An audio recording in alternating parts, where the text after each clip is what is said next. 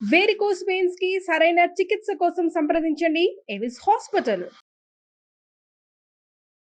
నమస్కారం. Welcome to Suman TV. నేను గీతాంజలి. ఓం శ్రీ స్వామియే శరణమయ్యప్ప.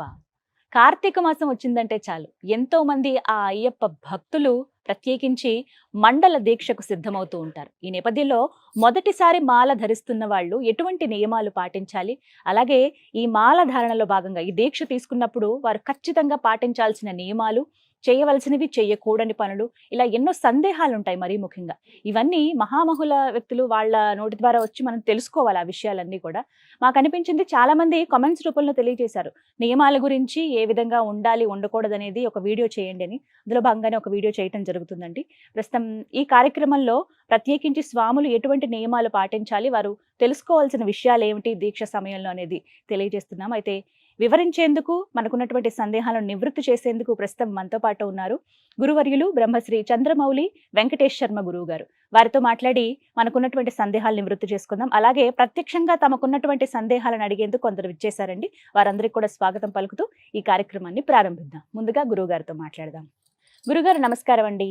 చాలా సంతోషం మీతో మాట్లాడడం. ఓం శ్రీ స్వామియే శరణమయ్యప్ప. అయితే మొదటిసారి మాల వేసుకున్న వాళ్ళకి చాలా సందేహాలు ఉన్నాయండి. అలాగే కొన్ని సంవత్సరాలుగా మాల వేసుకుంటున్నా కొన్ని సందేహాలు అలాగే ఉండిపోయాయని అడిగేవాళ్ళు కొంతమంది. ఎంతోమందికి చాలా సందేహాలు ఉంటూ ఉంటాయి. ఈ దీక్షా సమయంలో ఏ విధంగా ఉండాలి, ఎలా ఉండకూడదు, చిన్న చిన్న తప్పిదాలు ఏమైనా జరిగితే వాటికి ప్రాయశ్చిత్తం ఏంటి, ఎలాంటి పరిహారాలు చేసుకోవాలని అవన్నీ ప్రశ్నల రూపంలో మీ ముందు ఉంచాలనుకుంటున్నాము. కొంతమంది కూడా విచ్చేశారండి, వాళ్ళు కూడా సందేహాలు అడుగుతారు. వారందరూ కూడా స్వాగతం పలుకుతూ మీకు ముందుగా స్వాగతం చెబుతూ స్వామి వారి గురించి ముందుగా తెలియచేయండి. అయ్యప్ప స్వామి విశిష్టత ఏమిటి అసలు, ఆయన అవతార విశిష్టత, స్వామి ఏం చెబుతున్నారు అసలు వారి అవతారంతో, ఆయన చూసి ఏమి నేర్చుకోవాలి. అలాగే చాలామంది చెప్తూ ఉంటారు, మేము ఈ దీక్ష తీసుకుని మా జీవితాలే మారాయండి, మా లైఫ్లో ఒక చేంజ్ చూసాము, మా వే ఆఫ్ లైఫ్ అనేది మారింది అని చెబుతూ ఉంటారు. ఇన్ని అద్భుతాలు అసలు స్వామి వారి ద్వారా ఎలా జరుగుతున్నాయి వివరించండి. శరణమయ్యప్ప. సుమన్ టీవీ ప్రేక్షక మిత్రులందరికీ కూడాను శుభాకాంక్షలు.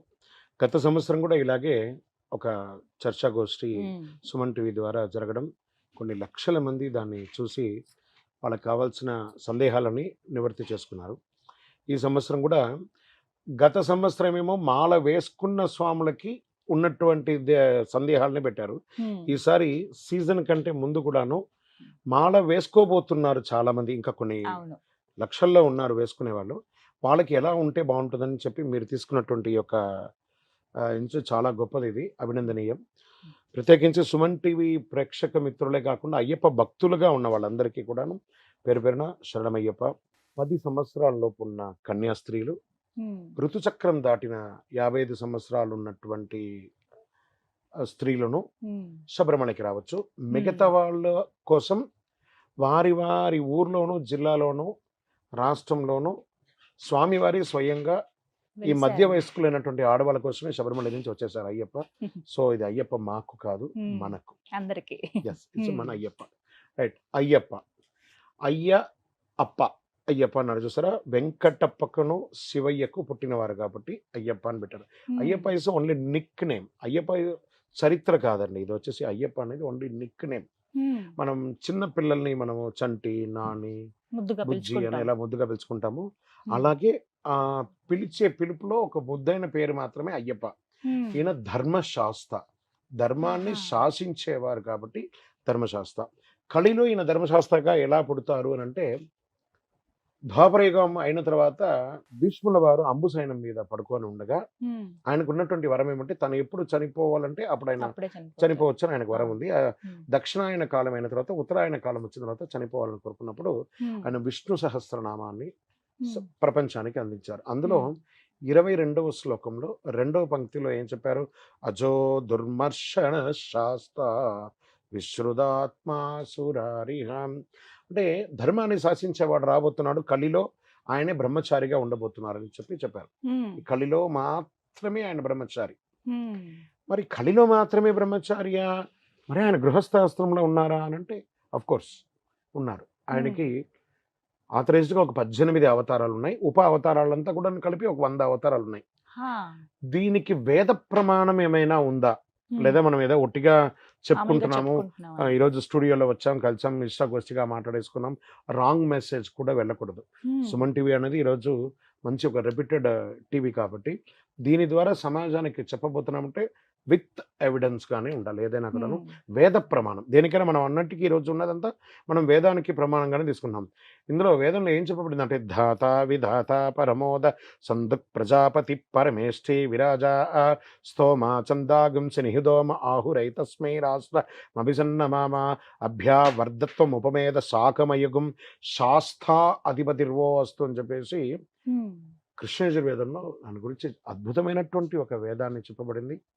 స్వామివారికి అతి ఇష్టమైనటువంటి వేదం సామగానాన్ని, స్వామివారే సంగీత ప్రియులు అనమాట. సామగానాన్ని వారు చేస్తూ ఉంటారు. అంత అద్భుతమైనటువంటి వేద ప్రమాణంతో ఈ స్వామివారు ఉన్నారు.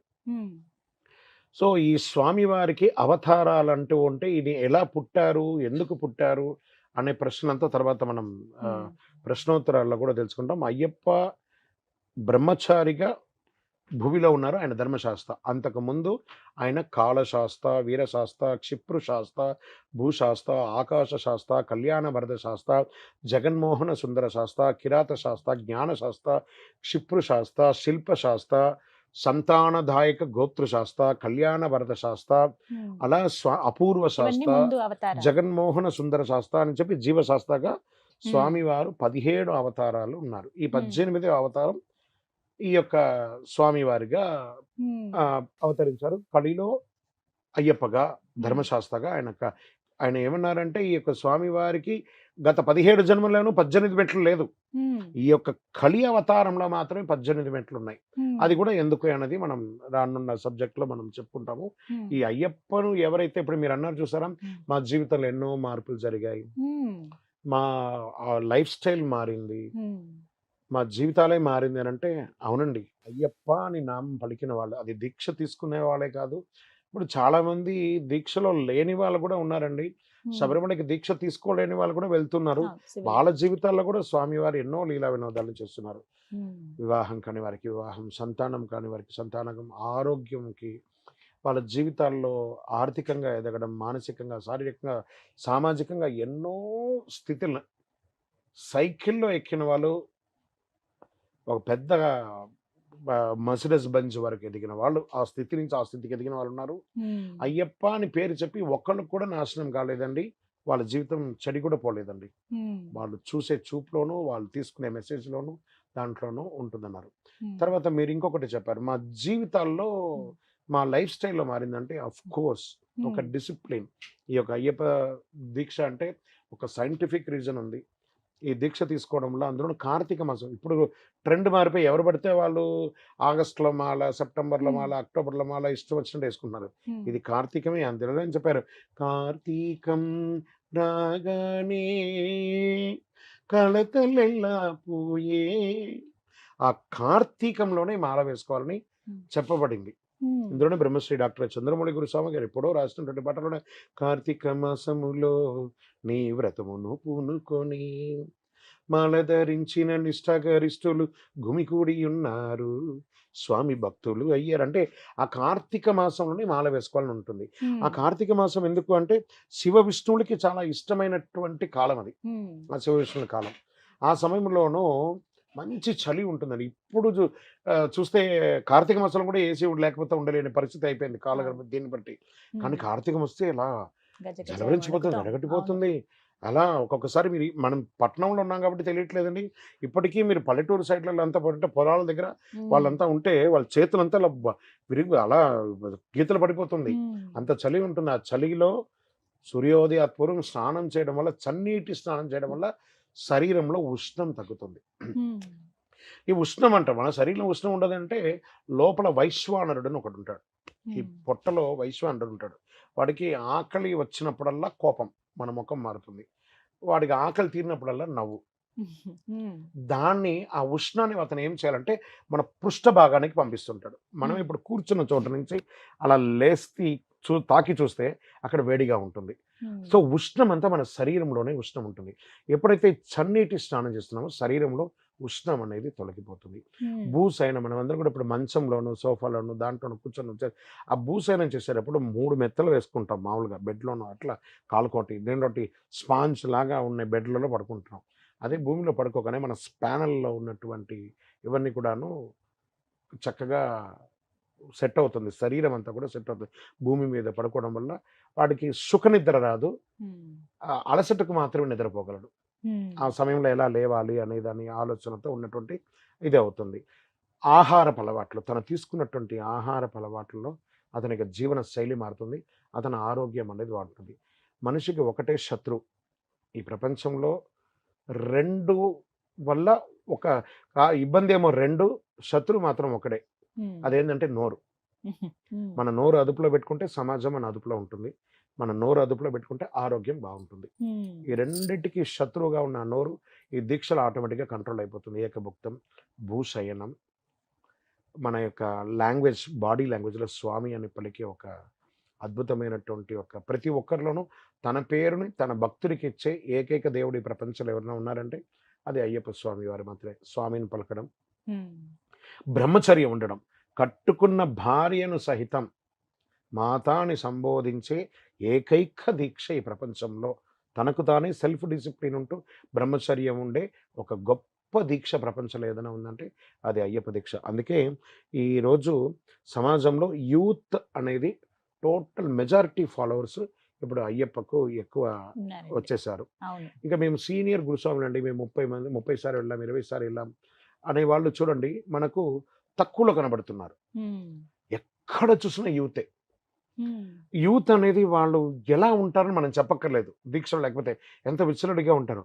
వాళ్ళలో పరివర్తన వచ్చిందంటే ఎంత గొప్పతనం. వాళ్ళలో చాలా వాళ్ళకి మనం ఎవరిని నువ్వు మాల వేసుకో మాల వేసుకో మాల వేసుకో అని చెప్పి వాళ్ళకి మైక్ పెట్టి పిలవట్లేదు, ఒక మత ప్రచారం కూడా చేయట్లేదు. కానీ వాళ్ళంతటా వాళ్ళే ఒక డిసిప్లిన్కి వచ్చి దీక్ష తీసుకొని చూడండి. ఈ అబ్బాయి ఎంత చిన్న పిల్లవాడు, తను ఇలా అంటే వీరు దీక్ష తీసుకొని వచ్చారంటే ఎంత గొప్ప విశేషమైనటువంటి ఒక పవర్ అది. అది ఒక అయ్యప్ప అంట్లో విశేషం. స్త్రీ పురుషులు ఇరువురికి కూడాను ఒక అద్భుతమైనటువంటి దైవం ఎవరన్నా ఉన్నారంటే శీఘ్ర వరప్రసాది అయ్యప్ప స్వామి. శరణమయ్యప్ప. చక్కగా వివరించారండి గురుగారు. శరణమయ్యప్ప, శరణమయ్యప్ప, శరణమయ్యప్ప.